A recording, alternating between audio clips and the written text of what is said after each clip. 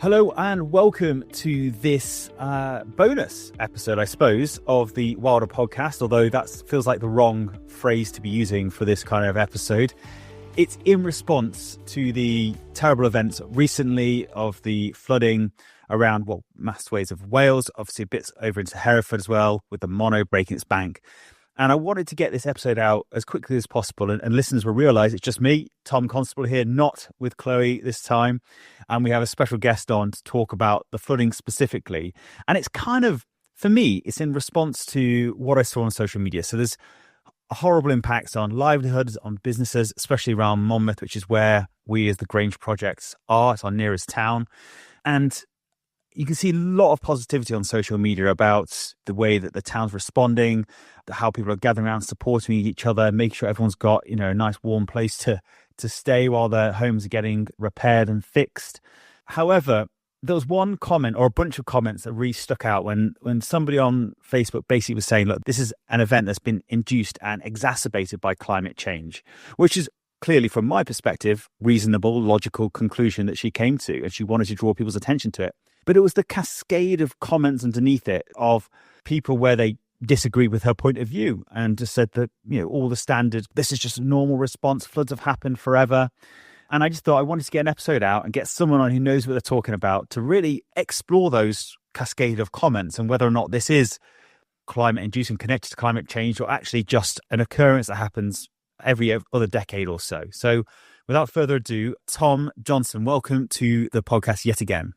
Thank you very much for having me. And as you point out, it's an awful event that has hit the local communities and local businesses. So it's bittersweet coming back onto the podcast to talk about this. It looks like locals in your catchment and down in Monmouth have been having a really, really tough week. And so it's with full acknowledgement of that and respect to the hardship that folks are going through that we're getting together to talk about this and explore some of the depth and some of the nuance around flooding now and some of the potential responses and solutions in the hope that we can help people safeguard against going through this again next winter or the winter after. Before we go into it, and again, one of the first questions I want you to do is set the context in terms of around the data of what happened during that event. But do you want to explain why specifically I've asked you, despite being a thoroughly nice guy, why are you back on the podcast? What specifically qualifies you to speak about these kind of topics? Last year, I founded a community interest company called We Are Nature Based with the specific objective of helping to support the adoption of nature-based solutions to climate, nature, social challenges. And one of the areas of real expertise and a lot of work that we do is around natural flood management. And so we spend an awful lot of time working with and alongside water companies and local authorities and farmers and land managers looking at existing water management and potential future options for water management. And so our expertise is around natural flood management, but we do have a lot of projects where we'll sit alongside folks taking more of the traditional, what we refer to as grey infrastructure, reservoirs, pipes, those sorts of actions. So yeah, I suppose it's that holistic overview of the drivers, the causes, and some of the potential solutions around flooding that this massive event that has hit your catchment has caused us to come back and revisit. And that's actually how we got to know each other, Tom, isn't it? You were leading on installing 40 to 50 leaky woody debris in our stream that originates on the land here, which actually goes on to flow into the River Monnow later. And I think we'll come back to that later on because I've had some kind of personal lived experiences of the impact that restoring nature to a piece of land does have. But before we go into that, Tom, would you mind giving us an overview? And if you've got any stats or figures about the rainfall that we had during the 12-hour period where the horrible flooding happened? I mean, the numbers are pretty staggering, but what everybody's seen either within the communities or seen on the news really speaks for itself. Just the volume of water and the colour of the water is massive. In terms of the actual stats, it looks like Monmouth received just shy of 120 millimetres of rain in a 12-hour period. And to put that in context, the average annual rainfall for the period of 1960 to the end of the century was 1,100 millimetres of rain per year. So for an average ballpark, what we're talking about here is significantly more than 10% of the year's rain falling in a 12-hour period. Yeah. I think I read somewhere that the levels, they hit record levels. And again, there's got to be a better term for that in terms of the height for the River Monnow breaking its bank as well, which is slightly terrifying for everybody involved. I think it's unsurprising that we're seeing record river levels with such a significant proportion of the year's rain arriving in such a short period of time. Sadly, ironically, I was stood on the historic bridge in the middle of Monmouth on Tuesday, looking downstream and just looking at the height of the bunds, the flood banks that are down the side of the Monnow there, protecting right the middle of Monmouth, the car parks and the businesses right in the heart of Monmouth. And the height of those bunds above the normal watercourse is staggering. And when you stand there on a normal day and you look at them, you just can't imagine the water will ever go over the top of them. And of course, the water has well and truly inundated those flood bunds and is the wrong side of them. And that can only be driven by such a huge volume of water arriving in such a short period of time. As I said, over 10% of a year's rain falling in less than half a day. As far as I can tell, it's completely unprecedented. And I want to pull this back slightly to the comments that I saw on social media in terms of people believing that this is floods are natural and it's got nothing to do with climate change. I mean, if someone said that to you, or maybe you've seen it yourself, like what's your response to someone that says that? I mean, it's incredibly complex and nuanced, and to a certain extent they're right. Floods are entirely natural. Floods have occurred forever. You go back 10 years, 100 years, 1,000 years, a million years, flooding occurred. There's absolutely no doubt about that. However, whether you look at the stats or whether you go and talk to people living in the communities and working on the land, I think it's absolutely unavoidable that the way in which water arrives, how regular those extended drought periods are, how intense the heavy rainfall events are, how rare now those really cold, frosty or snowy days are, how often we get up into really uncomfortably high temperature in the summer. Whether it's the stats or the lived experience, things are clearly changing. And the weather that we experience in Wales now is distinctly different. Just in my short life, I see and feel the difference from 20, 25 years ago. You look at the data, it says exactly the same thing. The weather and the delivery of rainfall in Wales has changed, is changing. And whilst nobody can predict the future, there are some very clever scientists who are trying to model the future. There are a whole bunch of people looking at the lived experience and trying to future project that. I'm not a gambling man, but if I was, I would say that the changes that we've seen are almost certainly going to continue into the future. And so I would be betting the resilience of my business and my community on seeing more of what we've seen over the last 10, 20, 30 years.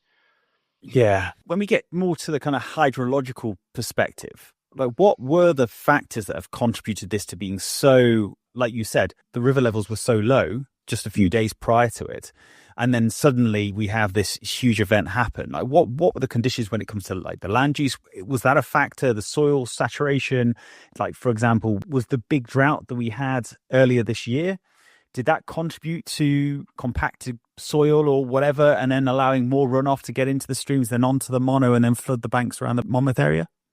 A lot of this, if you look at the data and the stats, or if you just think through your own lived experience of, a lot of this makes sense. So whichever sort of viewpoint you're approaching this from, you will probably be able to consider some of the drivers of this and go, oh yeah, I can see why that might have made things worse. To really understand why things got as bad as they got, you probably have to rewind over 100 years and start thinking about natural watercourses, natural rivers, and what the rivers in the UK would have been like before, and probably even further back, multiple hundreds of years, before humans started to really change the landscape at a significant scale. Over that hundreds of years period, we've seen straightening of watercourses and dredging of watercourses. And so If you think about those natural history programs that we see where aeroplanes fly over Alaska or Africa or any areas of true wilderness, we see these big meandering watercourses, rivers that are often broken up into braided channels. And you'll see river deltas and you'll see huge areas of gravel bars and sediment being left behind. And then the river will come back together and it'll go through a gorge and then it will meander and it'll twist and turn.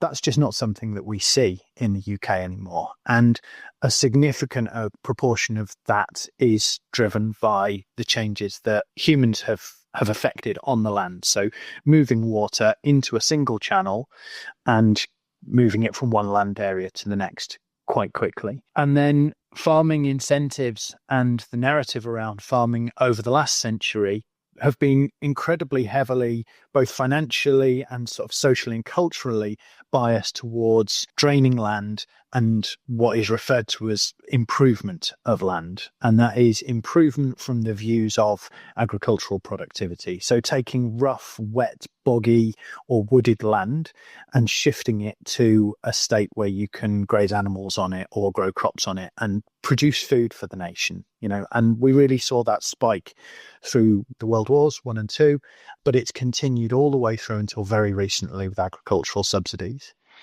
Part of that intensification of agriculture has unfortunately resulted in poorer soils, less woodland, less and smaller hedgerows, and we'll often see bare winter soils.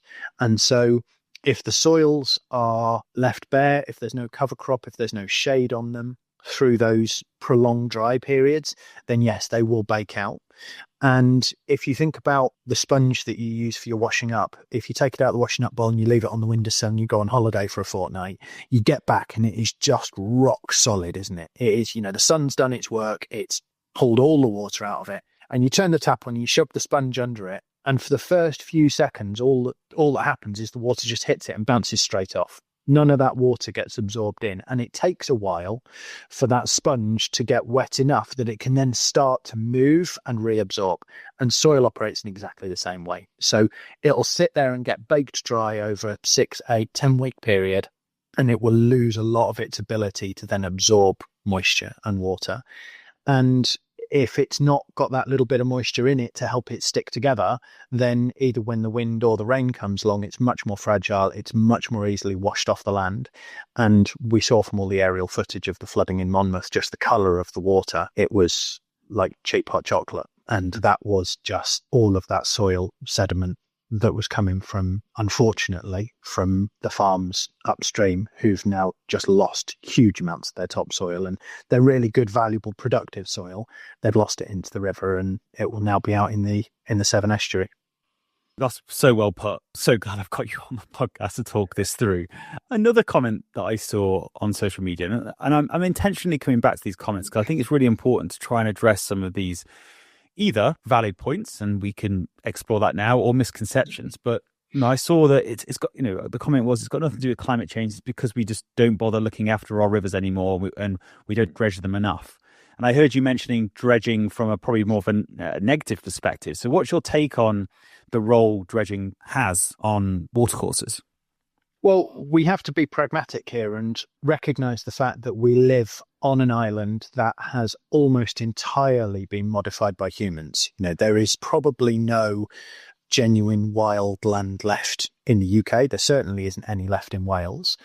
And we have done a great job of converting land being productive to feed the nation.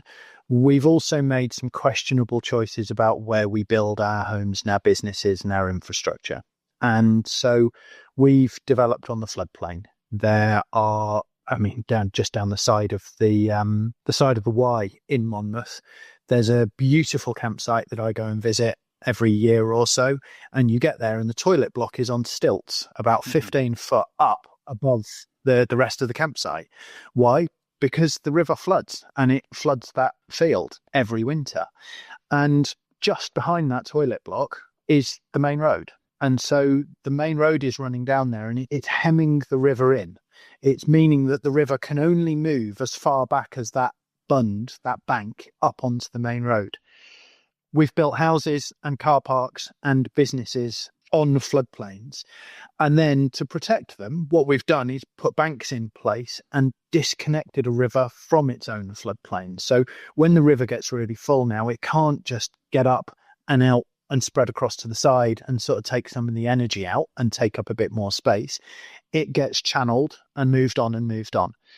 And that makes complete sense. Like, if you're trying to protect homes and businesses, of course you're going to put bunds and canalisation and protections in place. But one of the byproducts of that is that the water may move through your community, but it will move through quicker than it would have done before. And therefore it will move down the watercourse and down the catchment. And at some point it'll hit a bottleneck where it's just not able to continue to move downstream at speed. So that movement of water right from the very top of the catchment all the way through, what we've done is created a very effective delivery system here of, in these horrendous floods, moving water off the land, unfortunately, into people's homes and kitchens and gardens very effectively. And so the work that we do really looks at very small opportunities to start trying reversing that. The more that you can hold the water right up at the top of the catchment, the less water is being delivered down into those communities. Now, that doesn't mean that dredging has no place. If there is a section of watercourse running along the back of a community, a housing development, a primary school, that's absolutely not the place to slow water down and to try and give it its space to spread out sideways. So there are places where dredging is needed. There are places where those grey infrastructure approaches are needed. Unfortunately, the mindset has covered our entire catchments. And what we need to do is start identifying those places where we need to stop speeding the water up. We need to go to the complete opposite end of the spectrum. We need to slow the flow. We need to slow it down. We need to give it space so that it doesn't get delivered down into those communities as effectively and quickly. And then within the communities, we've done a huge amount of harm to the permeability of the surface of the land. And so what I mean by that is, as rain is falling, it's no longer able to just soak in where it landed, as it once would have done hundreds of years ago before we invented tarmac. Now, I'm clearly not suggesting that we should go back and stop having houses and roads and driveways and all the rest of it, but we should recognise that any rain that lands on the road, it runs off to somewhere else. Any rain that lands on the roof of your house at the moment, it runs off. Now, we could be shifting our driveways and our car parks to permeable surfaces so that as the water lands on it, instead of shooting off and inundating the drainage systems or the stream, it's able to soak in and the soil underneath it is able to sponge it up. And then the neat and tidiness of our entire landscape, whether that's parks and people's gardens or whether that is farmland, everything gets neat and tidied up. And it's the long rank grass that creates really deep roots that allows water to get down in deeper. It's those thick, fat, lush hedgerows that, again, create lots of complexity so that as water lands, it doesn't just hit the surface of the soil straight away. It hits the leaves, it bounces off the leaves, it slows its journey down. And then when it does hit the soil, it goes through leaf litter and then down into more depth of soil. I mean, from my perspective, and it is anecdotal, I'm not saying I can scientifically prove this, but the Grange Project is an 80-acre site here. Chloe and I have been here for about 2.5 years with our family. And 2 years ago, it just had its kind of final grass cut. And we live in a bowl. And every time there was even semi-heavy rainfall, the stream out the back of the house sounded like a turbine. It instantly flooded up above the little bridge we built across the stream every single time. That's kind of our yardstick to know how heavy the rainfall had been. And now fast forward 2 years and we've been doing nature restoration on this site as well as food production in our own way. And we've got the kind of long tussocky grass. We've allowed the hedgerows to do their thing. We've got our leaky woolly debris in the stream. We've planted over 2,000 trees. And I was looking out the back of the kitchen, looking down to the stream as it was raining, and it hadn't, it still had a good 10 inches or so to go before it got near the bridge. And so I was thinking, it can't be that bad, thank goodness. Clearly I was wrong, but it was really striking to see the effect that can be done using the methods of which you've just articulated. One of the elements of climate change that I think it's less talked about, and so it's understandably less well understood. In a lot of the climate change narrative that we hear about is on that global picture. And when we zoom into what does climate change mean for Wales, you have to dig into the data and you have to geek out a bit to start to understand how this is going to pan out, or how this has been panning out over the last 20 years. And then is this going to project forwards in the same direction? And so the rainfall that we receive in Wales isn't expected to change massively. When you look at the Met Office data, I think the stats are they're expecting a 2% increase or decrease by 2080. That means that the amount of rain that we receive now in Wales is a pretty wet place. A 2% increase or decrease, we're not going to notice. It's still going to rain quite a bit. But what they're expecting is that the delivery of that rain is going to occur. They're going to see a doubling of the number of flash flooding events and significant rainfall events. Well, if you're having effectively the same amount of water arrive, but it's arriving in twice as many really heavy deluges and downpours, what's the gaps in between look like? Well, the gaps in between have to be vastly less water arriving.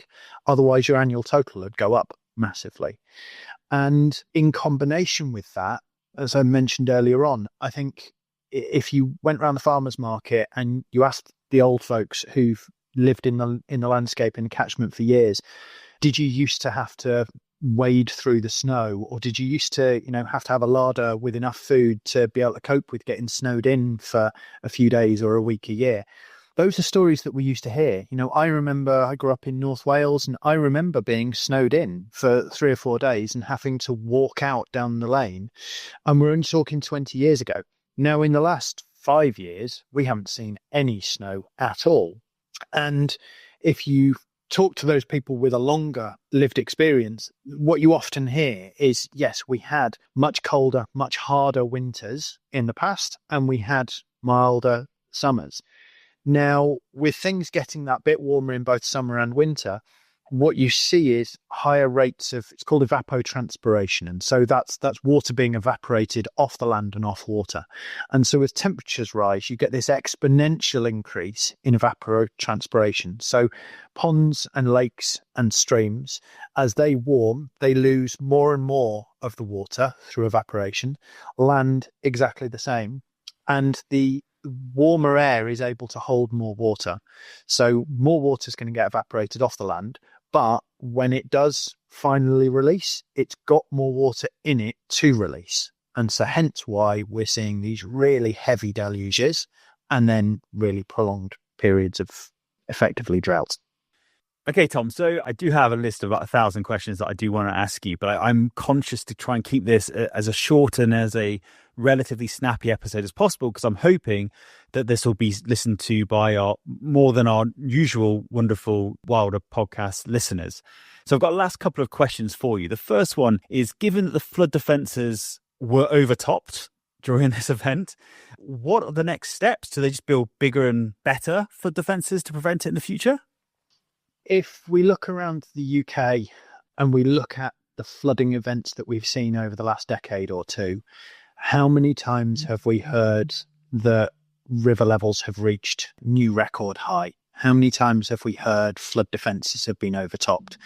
And how much money do we want to spend building those walls higher and higher? Because the costs do go exponentially up. And at what point do we want to start spending taxpayers' money differently and looking at other potential options for resolving some of this? Now, there will, without a shadow of a doubt, be need for bigger defences, more robust defences, grey infrastructure, built infrastructure, concrete and diggers and engineers and all of that. But I am a massive advocate of using nature-based solutions where they are appropriate and where they can integrate and where they can have an impact. And I think what we're doing at the moment is spending huge amounts of money in very small locations. If you think of the map of the whole of your catchment or the whole of Monmouthshire, where's the flood money being spent? Well, it'll be spent in one tiny dot here and one tiny dot here and one tiny dot here. And then there's no money being spent on the whole of the rest of that landscape. And it just works like an upside down umbrella, doesn't it? We've got a couple of tiny little pinpricks where we're trying to resolve the problem, while the whole of the rest of the catchment is just catching rainwater and funneling it down. Well, if we can flip that around if we can either introduce incentives through the sustainable farming scheme, or if we can start applying some of the massive budgets that are rightly held for flood and coastal defences at the moment for nature-based solutions, then we can start doing leaky woody debris interventions, scrapes, bunds, ponds, tree planting, re-wetting, a whole host of the actions that you have on your land, that we came on and helped to start your journey with, and then you've just sort of picked up and run with. And those actions don't have to reduce the agricultural productivity. A lot of those actions can be in the streams, in the ditches, in the field edges, and really help to start slowing water down up in the top of the catchment so that it doesn't get delivered down to those flood defences at the bottom of the catchment quite as quickly.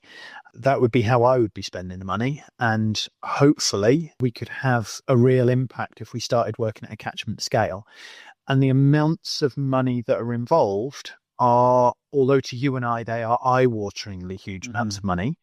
When you go and talk to people who are handling hundreds of millions of pounds worth of budgets, and some of these flood defence schemes are hundreds of millions of pounds, and you start saying, actually, we need 50 grand's worth of work on that farm, 100 grand's worth of work on that farm.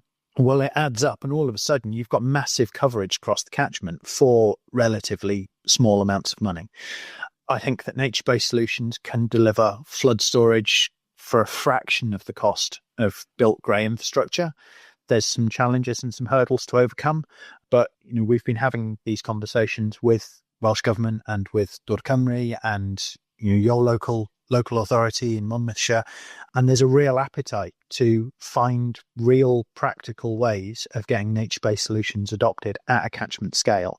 So I sincerely hope that in a year or two's time, you'll call me up and go, how is flood money being spent? And we'll go, well, we've gone from 0% of it being spent on nature-based solutions to 5-10% of it being spent. And then we won't have to be constantly chasing those ever taller walls and flood bunds.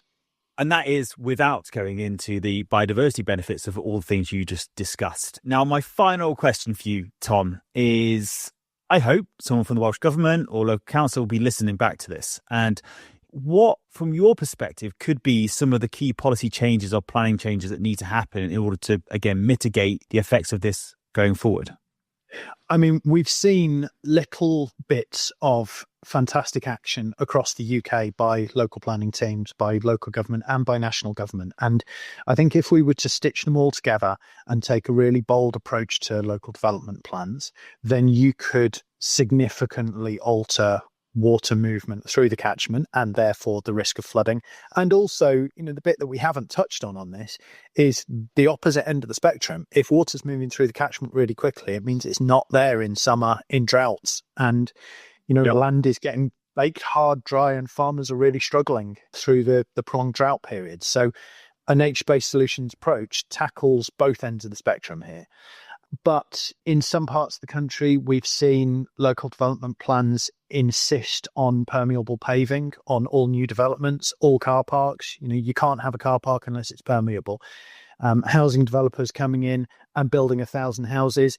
There are arguments pro and con big housing developments like that, but there is a clear housing need. Well, if those housing developments are going to happen, why isn't every single driveway permeable? Why isn't every single roof feeding its rainwater into 1,000-litre smart rainwater butts that the water company or the local authority have got? All those rainwater butts could be Wi-Fi connected, and somebody could remotely drain them all 48 hours before a big rainfall event like this happens. And then all of a sudden, you've got an extra 10,000 litres of flood storage capacity in your communities. And as a beneficial byproduct of it, in the drought periods, in the summers, all of those houses have got 1,000 litres of rainwater button they can go and water the garden or water the kids with. So there are some actions like that I think could be pushed out. Clearly, there's costs associated with them, but I think the costs are minimal compared to the cost of what your community has seen in Monmouth right now. On the land management side of things, we've already touched on it, but let's start rediverting some of that money out of very expensive single projects and let's start spreading it all across the landscape. And I think nature-based solutions, whether it be leaky woody debris, scrapes, ponds, bunds, tree planting, putting wider buffers on the bottoms of fields, riparian corridors, so that's the strip down either side of a river or a watercourse, if those are just given a bit of breathing room, a bit of space to flood, a bit of space to hold water, a bit of space to create shade, there is no silver bullet here. But I think for too long we've been chasing a single solution and trying to concrete our way out of this. And what we've done is concreted ourselves into a worse position. Tom, thank you for coming on the podcast at short notice. I hope the listeners have really benefited from this. If you'd like to find out more about Tom and what Tom does, then links will be in the show notes, and looking forward to actually getting our next official episode out in the next 10 days or so. Thank you very much, Tom. Thanks. Great talking to you, and thoughts go out to all of the affected communities around you, and I hope that they bounce back from this quickly.